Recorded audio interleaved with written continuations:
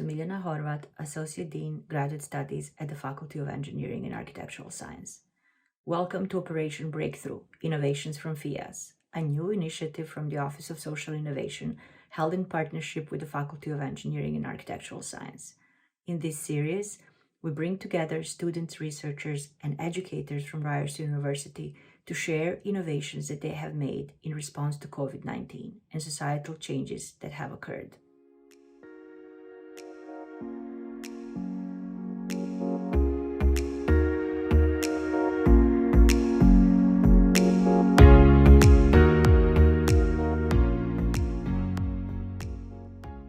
So today we have a group from Masters of Engineering and Innovation and Entrepreneurship.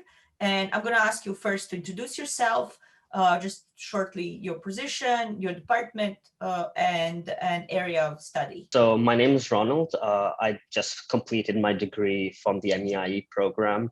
I grew up in Dubai and I just moved to Canada about 1.5 years ago. And in this project, I was basically in charge of outreach as well as just help developing the idea. So my name is Awais Ullah. I've grown up here in the country. I've been in the industry for about 10 years now, and I too also recently graduated from the MEIE program. I came up with the idea, and I was also the one sort of driving with Ronald the marketing aspect of it to try and raise funds. Could you describe for us your project? Yeah, so our project was the objective of our project was to raise funds to purchase laptops for at-need schools.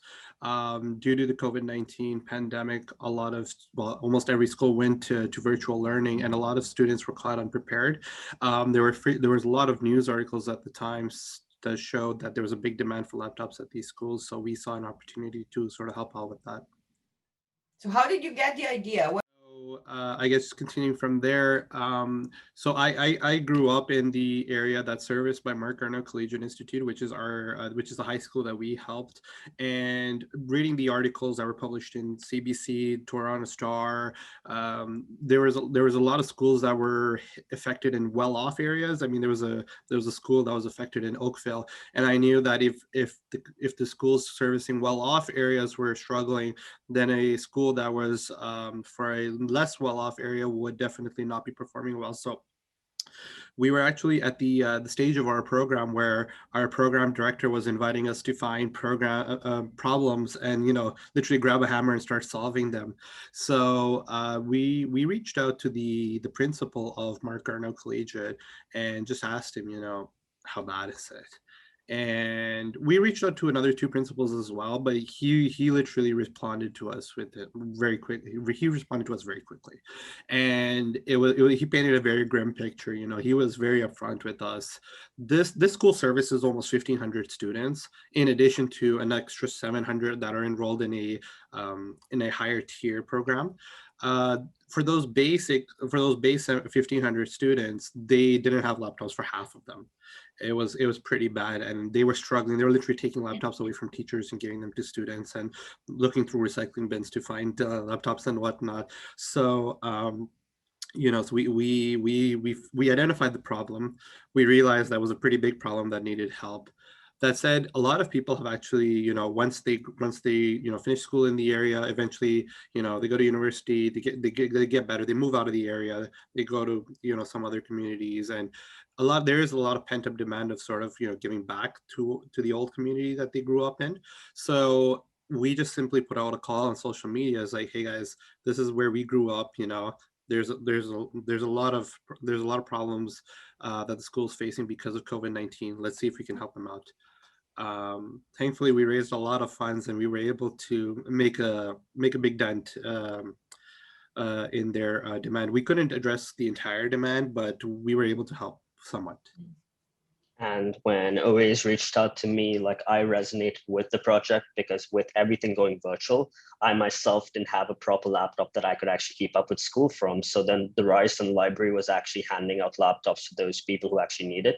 So I was like, to actually keep up, this is what I can do. And I borrowed a laptop from them for almost a year, and that actually helped me. So we were just wondering, what about high school kids in low income communities where they have big families and then they just have 1 laptop or maybe 2 laptops at home and their parents require it for work?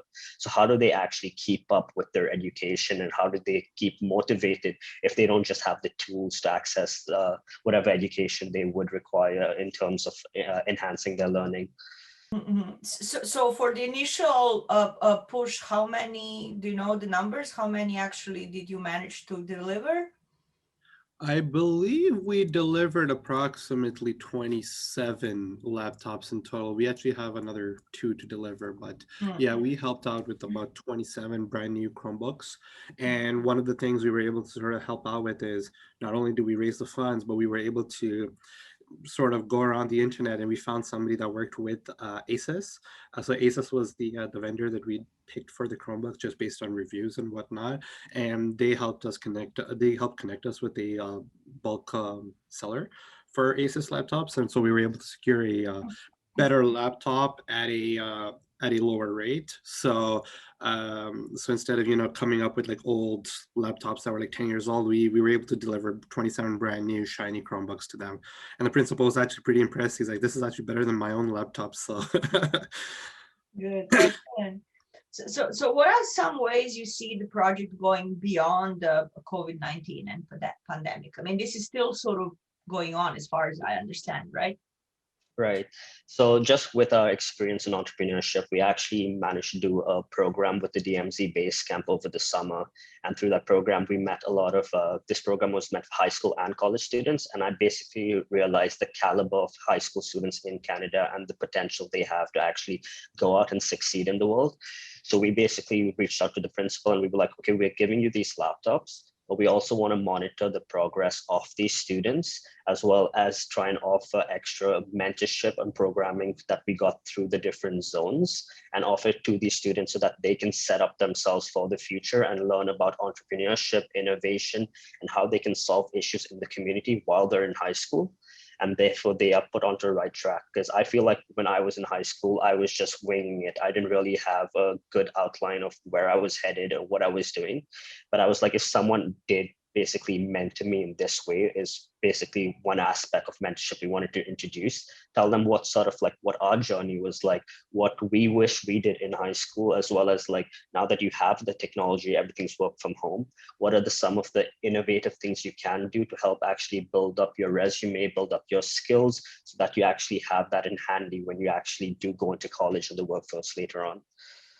yeah, I think like Ronald mentioned, we have some creative ideas that we're still working on, and like we met a basic need, but now it's sort of going beyond meeting that need and just trying to help them explore their potential further. Maybe there's a chance here for kids to make more money, maybe there's a chance here to learn additional skills. Like the chances are there's endless possibilities here, and we wanted to sort of explore that. And we're working with the principal, and we gave him some suggestions as well, and he was very receptive. He's like, these are some smart kids that we have here, and they just haven't really been connected to some of the resources that are available. So anything we can do to help would be greatly appreciated. So yeah.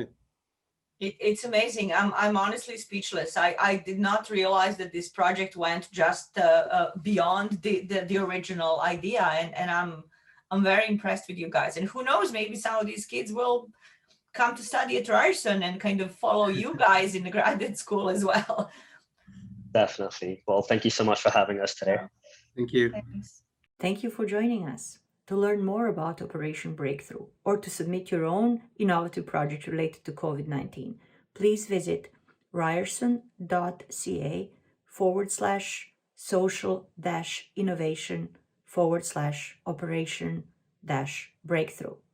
Goodbye for now, and I look forward to seeing you in our next interview.